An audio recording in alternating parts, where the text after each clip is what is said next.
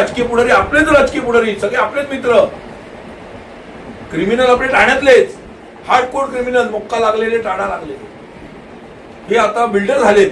अनधिकृत इमारत त्यांना पोचलं जातं आणि त्यांच्या माध्यमातून हा पैसा गोळा केला जातो. मी वारंवार सांगतो की हा पैसा सगळेच नेते गोळा करतात आणि या पैशातून इलेक्शन लढतात. एकही माणूस याच्यातून सुटला नाही, संजय केळकर सोडून. संजय केळकर सोडून एकही माणूस ह्या ठाण्यातला सुटलेला नाही. आमदार असेल, माजी आमदार असेल, मंत्री असतील, सगळ्यांनी अनधिकृत इमारती बांधून मोठे झाले. हे क्लस्टर यांचं पाप आहे. सगळ्यांनी डीके साहेबांच्या काळामध्ये यांना आशीर्वाद होता, हे सगळे अनधिकृत इमारती बांधून मोठे झाले.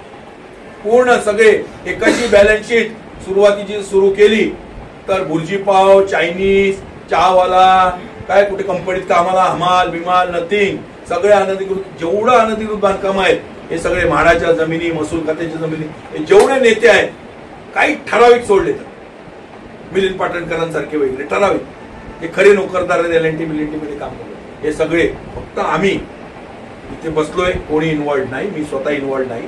असेल तर चौकशी करावी, मी चौकशीला तयार आहे.